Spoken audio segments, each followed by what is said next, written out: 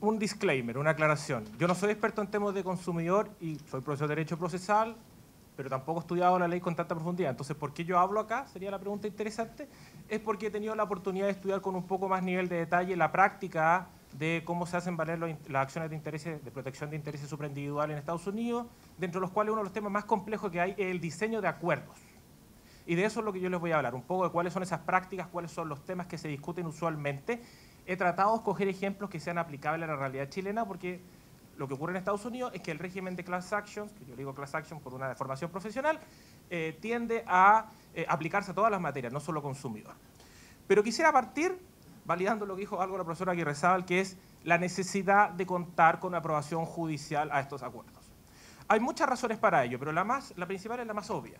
Cuando estamos en un caso en donde solo dos partes están negociando, los efectos de ese acuerdo solo alcanzan a esas dos partes. Se acabó el problema.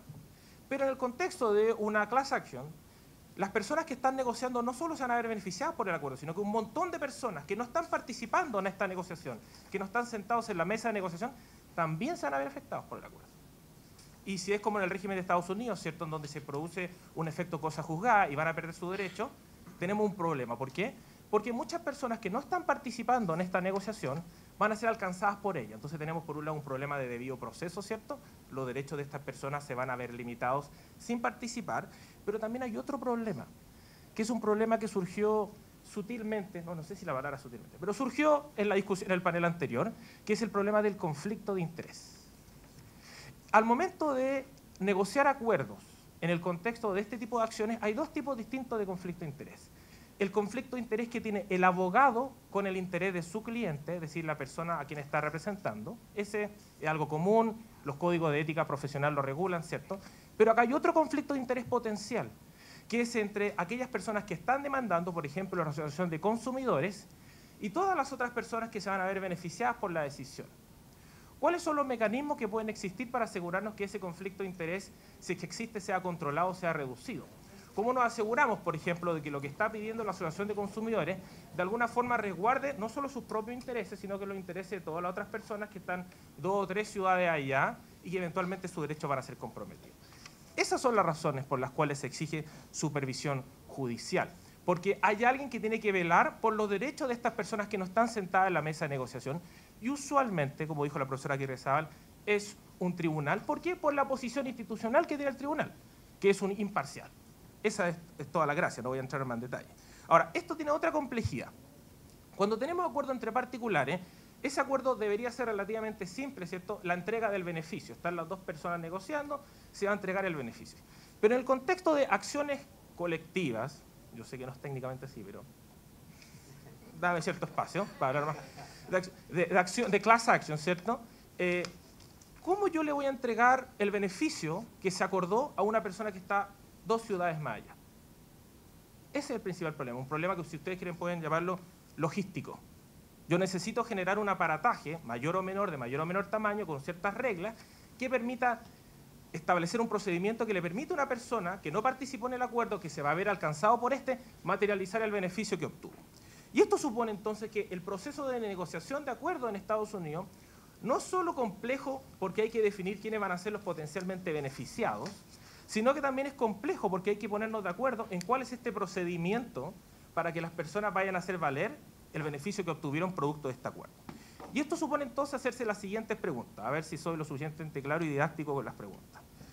Primero, asumiendo que existe un acuerdo, por ejemplo, tales personas que entre tal fecha y tal fecha compraron tal televisión que tuvo tal problema. Primera pregunta, ¿quién va a ser la persona o la entidad encargada de determinar si esta persona que dice ser beneficiada por el beneficio tiene o no derecho a recibirlo? Esa es la primera pregunta. Y en ese contexto uno podría decir, bueno, hay que tomar una decisión.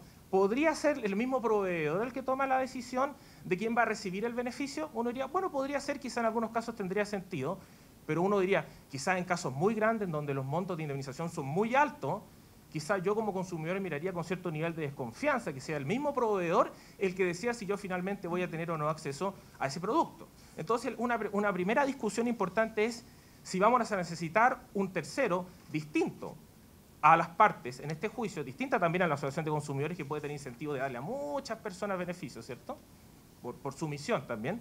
Y en ese contexto, ¿quién va a ser la persona o la entidad encargada de determinar si el que dice ser beneficiado por el acuerdo, tiene derecho a obtener el beneficio? Ahí hay un primer tema. Y esto ha generado Estados Unidos, porque Estados Unidos es súper gigante y tiene 300 millones de habitantes y montones de personas y problemas, que se generan aparatajes administrativos que se llaman Claims Resolution Facilities, o básicamente sistemas de distribución de beneficio, que tienden a ser muy complejos, pero creo que entrar en eso en detalle para la realidad chilena quizás puede ser un exceso. Segunda pregunta importante. ¿Cuál va a ser el procedimiento para verificar que la persona que dice ser beneficiada por el acuerdo efectivamente lo es? Es decir, acá existe un interés claro, ¿cierto? Nosotros queremos que los que fueron alcanzados por el acuerdo reciban el beneficio, y aquellos que no lo reciban. Y un tema de cómo fue definido esto, los términos del acuerdo. Bueno, para ello hay que establecer un procedimiento que nos permita discriminar. Pensemos en dos ejemplos. Un ejemplo, imaginen ustedes la venta de una televisión defectuosa. Uno no diría, bueno, ¿qué le vamos a pedir a la persona que dice ser afectado para que nosotros tengamos claridad de que hay que pasarle otra televisión? Supongamos que eso es parte del acuerdo. Bueno, probablemente le vamos a pedir cosas simples, ¿cierto? Que venga con el carnet de identidad, que probablemente llene un formulario muy simple, que venga con la boleta, ¿cierto? Venga con el estado de cuenta, que demuestre que entre tal fecha y tal fecha recibió la tele y tiene derecho a cambiarla. Ya, eso es simple, eso quizás no es problemático, no va a costar mucho dinero hacerlo, no vamos a tener problemas. Pienses en otro caso, que por supuesto no ha ocurrido en Chile, que puede ser casi de película, pero que yo creo que tiene alguna conexión con lo que estamos discutiendo. Lo que ha pasado mucho en Estados Unidos es productos, remedios o métodos anticonceptivos que por muchos años han estado en el mercado y los cuales han generado que diversas mujeres los hayan utilizado por menor o mayor tiempo y que por lo tanto se hayan visto más o menos expuestas a diversos perjuicios. Y en algunos casos, algunas solo lo usaron una vez, en otros casos, algunas lo usaron por 5 años. Y en ese contexto, entonces la pregunta es, bueno, ¿les vamos a dar lo mismo a las dos personas? Probablemente no, los perjuicios son distintos. Por lo tanto, esto va complejizando el proceso. Primera pregunta, si esta mujer que se me acerca a mí me dice, no, yo utilicé el método anticonceptivo tal o cual. Bueno, ¿es tan fácil demostrar eso que como llevar una boleta o el estado de cuenta a la tarjeta? ¿O es más complejo? ¿Cuánta verificación, entre comillas, queremos tomar sobre esto? Ahora piensen ustedes a nivel de los perjuicios.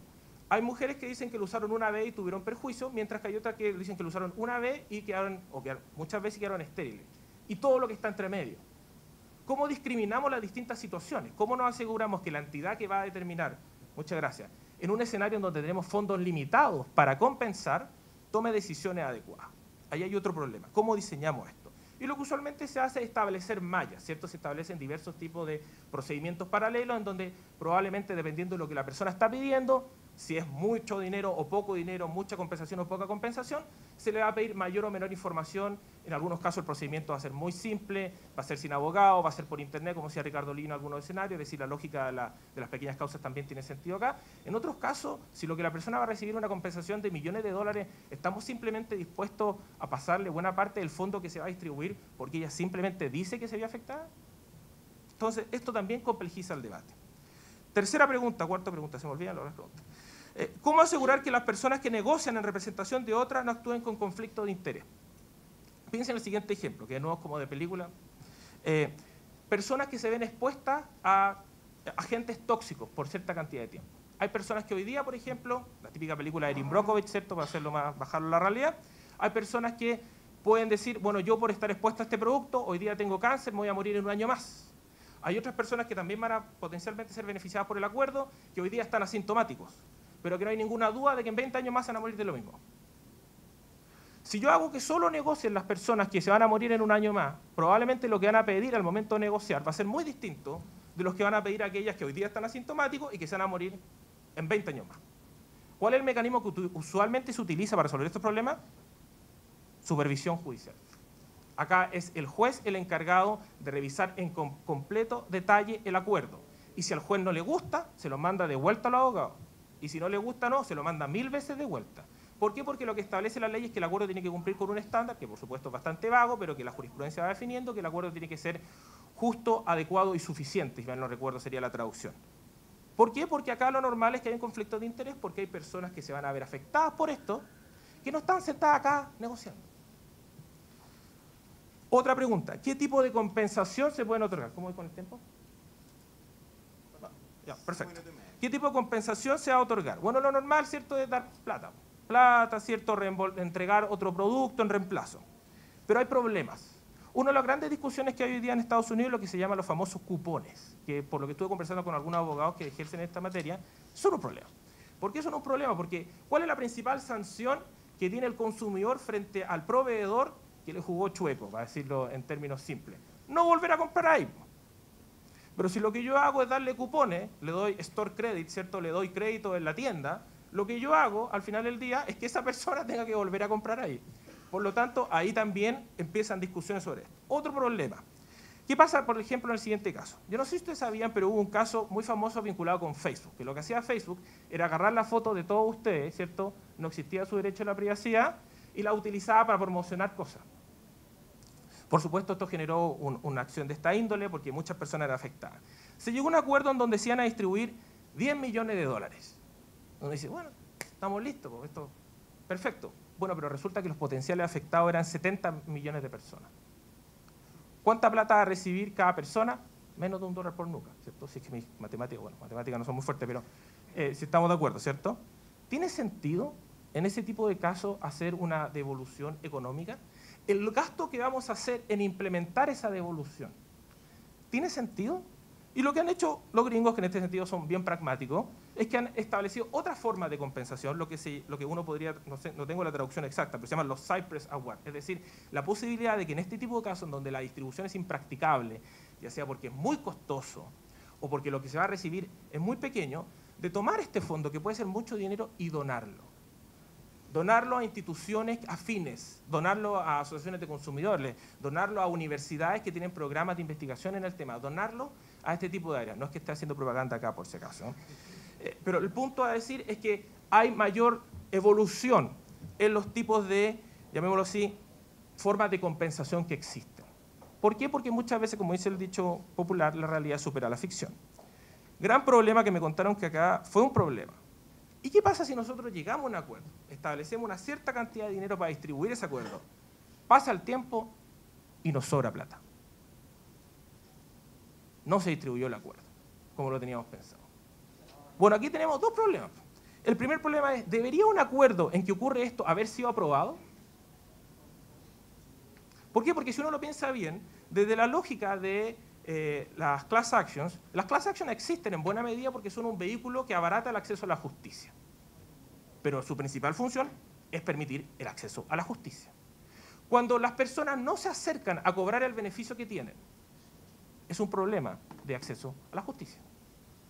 Quizá en esta versión de justicia negociada, todo lo que ustedes quieran, pero el punto es que tienen un derecho y no lo hacen valer. En ese contexto, entonces, eso es una de las razones por las cuales, de hecho, se exige que haya aprobación judicial.